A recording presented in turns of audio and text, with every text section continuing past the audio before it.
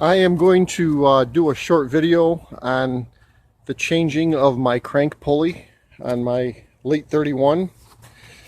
I was driving and I felt a little wobble in the engine. Well, I felt a wobble somewhere, and after some investigation I found that this thing was loose. I don't know if you can see in the on the film or not, but this pulley's actually loose right now. And at first I thought the crank bolt was just loose, but of course it's never that easy. And I'll show you what exactly I found here. Okay, I'm doing this with a flashlight, but one of the, I don't know what you call that, an ear or whatever on the crank pulley pulled up there. You can see it's pulled up, and then that's causing a wobble in the crank pulley. And see that? And so it's messed up. Anyway, we're going to take this thing off. I'm going to take it off. Try to do this without taking the radiator out. We'll see how difficult of a job this is. But anyway, that's the problem right there. Okay, I had a very tough time trying to turn that pulley bolt with this wrench. It's a special wrench I bought from Snyder's. And you know, it's not easy to put. I was trying to hold on to the pulley, hold on to the belt, and I know that's not good. So eventually what I did is I just put it on there and tapped it with a hammer a couple times as I held the belt. I'm sure there's a bunch of people watching this that are going to tell me I shouldn't do that, but you know, I'm working alone, so I just had to do this myself, and that did work. I just tapped it a couple times and it did loosen the bolt. So anyway, just wanted to add that to the list of events here.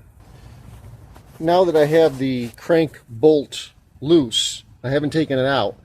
Now the next step is I'm going to loosen up the, I got to, you know, loosen up the belt and everything. So I'm going to loosen the bracket for the alternator and get the belt off. And then once I do that, I'll take the crank bolt out and we'll see what this thing looks like. This is probably going to be considered the easy part here. I took the parts off, and I'm getting nervous and worried because everything seemed to come off fairly easily. And I'm at the point in my life where I'm not used to that. It seems like everything fights me. So when something goes this easy, it makes me nervous. It makes me think something's wrong. But at any rate, we'll keep plugging along here. Here's the crank bolt. Now here's the interesting part. Look at those edges there. That's real bad. And in fact, it's on both sides. Now here's the deal. Earlier in the year when we were at Tom Hoover's, Tom was telling me how my crank bolt, he thought my crank bolt was loose. And that's probably what accounts for this. Now he tightened it up for me.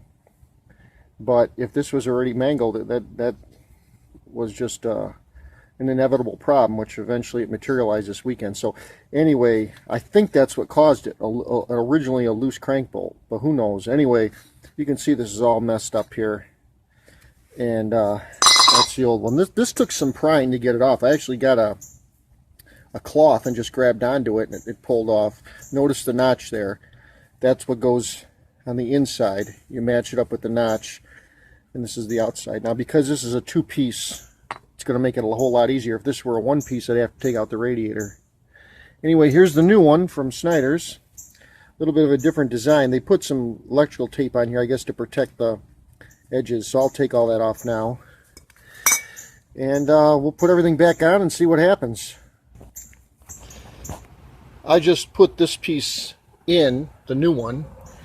You can see it down there. It's in. And what I just really want to mention is, and I guess I'm stating the obvious here, but when you put it in, you know, you have to turn it until the notch lines up, and you'll see it when that notch goes in right there, or you'll feel it. I mean, and it just locks in, and then you know you're in place, and it will not turn once that's in. So you know, give it a good press and turn it, and there you have it. So that's fairly simple. Okay, the new one is on. I haven't connected the fan belt or tighten anything down yet, but you can see that's on there good. I can't wobble it at all. I don't know what to say. Everything seems to be going fairly easily here, And again, that kind of stuff makes me nervous. I'm not used to this, so it seems like all I have to do is button everything back up and I'm good to go. We'll see what's lurking down the road. I'll let you know in a minute. I tightened everything down. The alternator's in place, the belt's in place. Everything seems to be pretty tight. I was able to get the pulley bolt in pretty tight, I think. So I'm going to start this thing up right now and see if everything looks and sounds okay. If that's the case, this was not a very difficult job at all. In fact, this is one of the easiest jobs I've done. Okay, I just started the engine up. Belt's turning, everything looks good. I don't see any wobble on the crankshaft. I'm going to get a shot from the other side, but at the moment everything looks good and I have no complaints. I think we're going to be able to call this one a success. Here's a shot from the other side. You can see the crank is steady. Everything's running great, so there's no complaints here. Again, this is the part that was bad. I know I'm repeating myself, but you can see this is real messed up here, and that's what was causing the wobble. Anyway, if anybody wants to do this job, I got to tell you something. This is easy.